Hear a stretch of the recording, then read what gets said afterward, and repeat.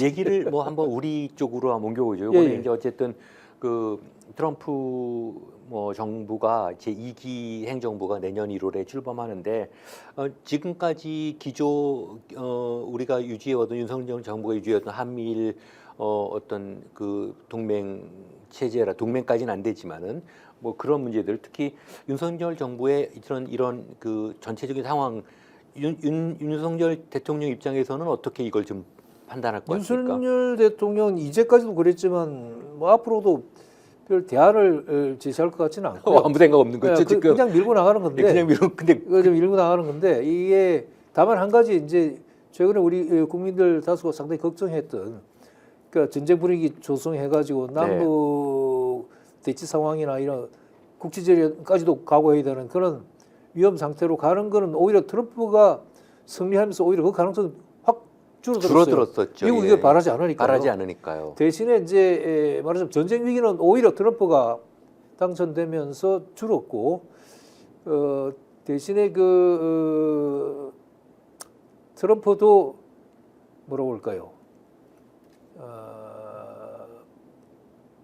그 북한과의 어떤 협상 가능성도 있기 때문에 어떤 그럼 윤석열 정부의 어떤 외교 대북 관계나 그다음에 한미일 관계 기조는 굉장히 바뀌어야 되는데 안 바뀔 가능성이 없고 예. 그다음에 안 바뀌면 어떡할 거예요? 트럼프의 기조가 그거거든요. 동맹 관계도 이제까지 보면 자율적 동맹이라고 그래가지고 미국이나 나토처럼 미국이 절대적인 물주가 되는 그런 식으로 지원해가지고 그 체제를 끌어가는 것이 아니라 이제 각 국가가 예컨대 트럼프가 계속 일기에서도 요구했듯이 GDP의 2% 이상을 국방비로 쓰라. 그러니까 그리고 어느 정도 절대적인 자국 방위는 자기가 책임져라 하는 쪽으로 해가지고 그것이 가능한 그러니까 돈을 충분히 내는 국가만 도덕한 아이고 말 잘했네 트럼프. 좀 제발 자국적 방위는 자기고 우리도 거기다 내는 방위비 그럼요. 다 쓰면 우리 자주 국방하고도 남아요. 미국은 우리한테는 그렇게 생각 안 하니까 문제죠. 그런 마치 자기들이 다 지켜주고 있으니까 한국은 돈 무조건 내야 된다는 무슨 그런 그러니까 우리는 미국이 자기들 이익을 위해서 이게 주둔하고 있지 뭐 한국을 위해서 와 있나? 100% 자기 이익을 위해서 지금 주둔하고 있는 거잖아요. 물론 그런데 예. 알다시피 지금 주한 미군의 주둔 이유 중에서도 가장 큰 것은 대북 억제가 아니라 중국에 대한 억제고. 그럼 당연하죠. 중국을 겨냥하고 있기 때문에 이 대만하고 한국, 일본, 싱가포르 같은 중국 주변의 동아시아의 이런 국가들이 전략적으로 굉장히 중요하죠. 특히 한국은 뭐 굉장히 말할 중요하기 것도 때문에 없고요. 트럼프가 큰 소리 쳤듯이 쉽게 주한 미군을 뺀다든가 철수한다든가 뭐 돈을 지금 1조 한 5천억 되는 그 이른바 방위비 분담금을 분담금 이름이 분담금입니까? 안 줘도 되는 거예요. 뜯는 거예요. 삥 뜯는 거. 삥 뜯는 거죠. 원래 안 줬던 겁니다. 일본이 먼저 주니까 우리도 따라 쓰는 건데 그걸 지금 15조까지 올리겠다는 거 아니에요? 그러니까 그런 식으로 저런 게 어디 있어요, 세상에. 그러니까 이제 그런 식으로 하는 데 대해서 우리 정부가 미국의 그런 전략적 사고라고 그럴까? 그걸 잘 파악해가지고 어떻게 대응하냐 참 어렵습니다. 잘 해야 되는 거거든요. 무조건 근데 이제까지 우리 한국이 대체해온 우리 한국이 아니라 우리 윤석열 정부와 또 그 이전에 우리 국방 관계자들이나 우리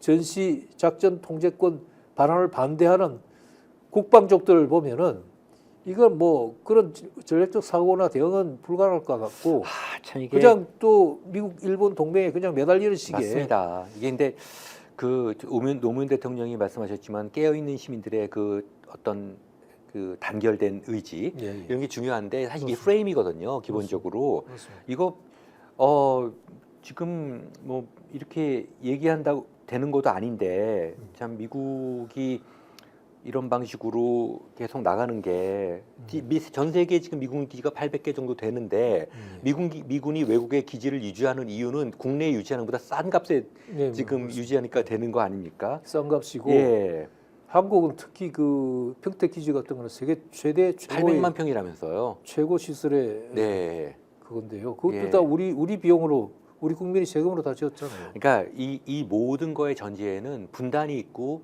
그리고 참 진짜 북한이라는 존재가 굉장히 한국 정치와 한국의 사회를 왜곡시킨 것 같아요. 예, 예. 아니 뭐 미국 시민권 가진 여성이 저 북한 한번 여행 갔다 와서 대동강 맥주가 맛있더라 그랬다고 이 빨갱이 이렇게 나가버리거든요. 예, 예, 예. 사실은 이번에도 보니까 저기 무슨 북한 얘기하고 있는 TV 예능 프로에서 어떤 호주 국적을 가진 여성인데 그 북한을 갔다 와서 재밌게 얘기하더라고요. 예, 예. 근데 그 사람이 그런 얘기를 했다고 EBS에서 진행하고 있던 영어 회화 그 방송도 하차했어요. 하차했어요? 예, 그 정도로. 근데 그 사람이 조금도 그냥 북한 갔다 와서 재밌는 얘기한 거지 북한을 두둔한 것도 아닌데 그러게요. 어쨌든 대동강 맥주가 맛있다는 것도 침북이에요.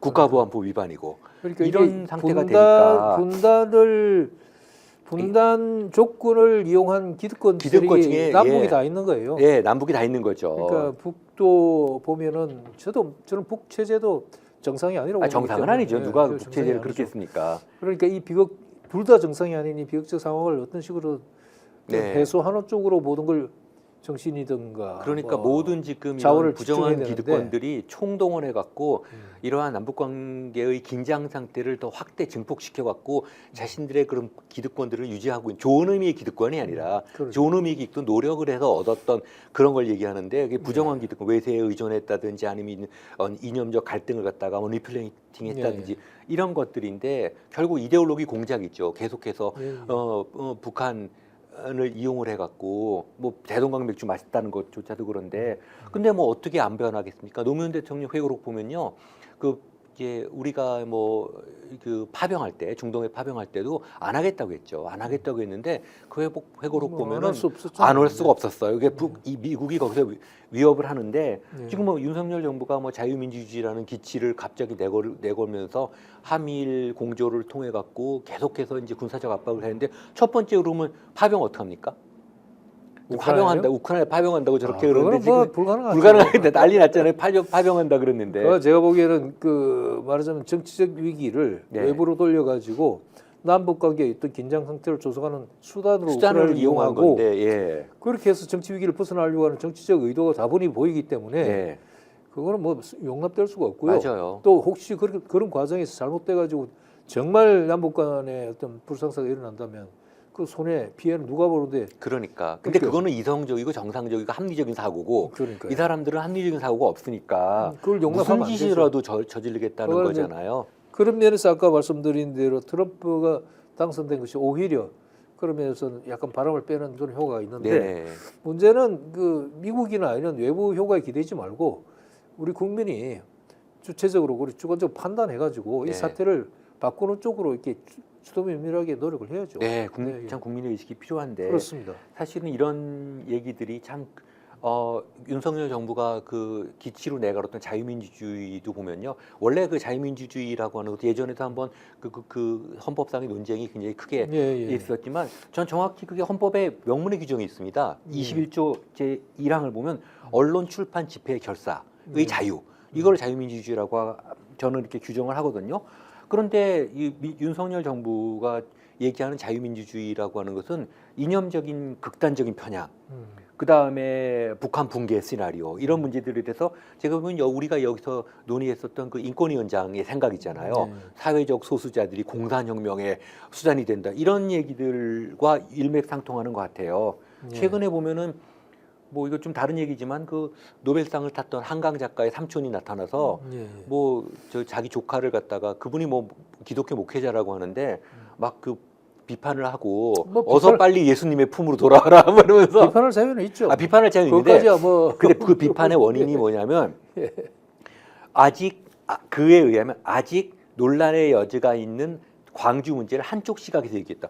광주 문제가 역사적으로 이미 평가 끝난 건데 무슨 논란의 문제가 있으며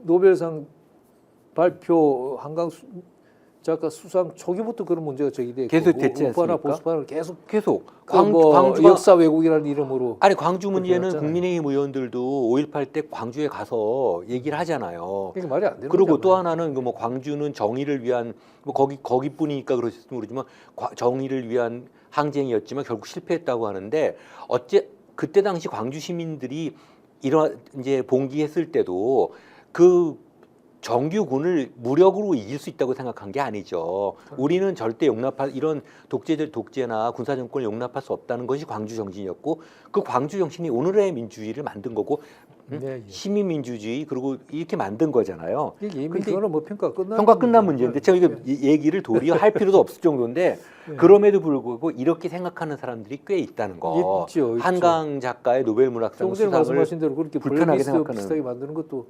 아직도 그런 세력이 잔존하고 잔존하고 있고, 있잖아요. 지금 어떻게 보면 윤석열 정권이 그런 세력에 이제 어떻게 보면은 또 하나 한 번에 이게 마지막 봉기가 됐으면 좋겠는데 네, 뭐 또 한번 이렇게 올라온 거죠. 네. 근데 불안합니다 지금. 어떻게 되는? 전 사실은 예전에 박근혜 정부 같았으면 이미 탄핵됐어야 되는데 제 개인적으로 보면 우리나라 정치에 두 가지 트라우마가 있는 것 같아요. 진보에서는 노무현 대통령의 죽음이고 보수에서는 박근혜 대통령의 탄핵 같아요. 그러니까 지금 움찔움찔하고 있는 것 같습니다. 대구 TK 지역의 지지율이 뭐 17%, 18%까지 떨어지는 걸 보면 이미 그쪽에서도 손 놔버렸거든요. 예. 제 갖고는 안 되겠다고 생각을 한 건데 그럼에도 불구하고 이게 이제 그 촛불로서 크게 이제 국민 항쟁으로 아직까지는 안 되는 게 그 박근혜 대통령의 탄핵을 겪으면서 그때의 트라우마로 지금 국민 전체가 지금 나아가기가 좀 저어되는 그런 모습이 있는 것 같습니다만 그럼에도 불구하고 맨날 터지는 거 보면은 이 스픽스를 통해서 맨날 터지잖아요. 뭐 나와 난리 나는데 어제 보니까 다 구속됐더라고요. 명태균. 근데 그 사람 또한 구속시키면 됩니까? 그 몸통은 거기 있는데. 그렇죠. 예, 몸통은 거기 있는데. 이미 뭐 그 분위기라고 그럴까 사람들의 네. 인식은 어떤 반환점을 돌아선 거 반환점 완전히 돌아섰죠. 돌아섰고 네. 다만 이제 이 사태를 어떻게 수습하느냐의 방법을 놓고 네. 저번에 한번 그 탄핵 사태도 있고 했으니까 지금 집권당이나 정부에서도 똑같은 그 자기들 입장에서의 과거를 되풀이하지 않기 위해서 굉장히 뭐 방법을 강구하고 있을 것이고 네. 우리 야당에서도 예전에 그 탄핵은 결정적으로 집권당 내부 분열에 의해서 내부에서 어떻게 그 뭐라고 합니까 내부 분열에 의해서 표가 이쪽으로 넘어왔기 때문에 탄핵이 가능했던 거 아니에요. 네. 그리고 그때는 헌법재판소까지도 그 결정을 동의했고. 네. 근데 지금 상황은 이제 사람들이 생각하는 게 이미 발언점을 넘어섰지만 그런 절차적 과정을 거쳐서 탄핵이 가능할 거에 대해서 사람들이 반신반의 하고 있는 단계고. 예. 다만 그게 뭐 윤석열 정부에 대한 어떤 정당성이나 지지율이 어느 정도 있기 때문에 그걸 못 하고 있는 게 아니라 그걸 이제 수습하는 과정에서 어떻게 보면은 잘못하면 이 큰 거기 날 수 있기 때문에 그 때문에 조심조심하고 있는 게 뭐 아니라. 내부 분열이라는 것도 알고 보면은 결국 그때 당시에 이제 집권당이 그 박근혜 대통령을 계속 유지해서는 자기네가 다 망할 것 같으니까 물론이죠, 물론. 거기에 큰 손이 이제 맞습니다. 이제 이 보수 언론들이 돌아섰잖아요. 그래서 저는 맞습니다. 조중동의 그 헤드라인을 봐요. 어떻게 예. 보이나. 근데 아직까지는 내 눈치를 보고 있더라고요. 그러겠죠. 놀까 말까 그런 상태가 되는데 내분이라는 게 결국은 네. 자기 내부에서 이리 가나 저리 가나 죽게 생겼을 경우에 내부 그런 거지. 이리 가나 발랄이 일어나는 거죠. 그 사실 무서운 게 뭐냐면요. 네. 그렇게 해서 박근혜 정부가 국민들의 힘에 의해서 완전히 박근혜 대통령 탄핵되고 보수가 절멸된다고 했는데 5년 만에 대살아왔습니다. 그러니까요. 그러니까 결국 그때 그걸 본 거예요. 지금 박근혜를 놓고 5년 있다 살아나오자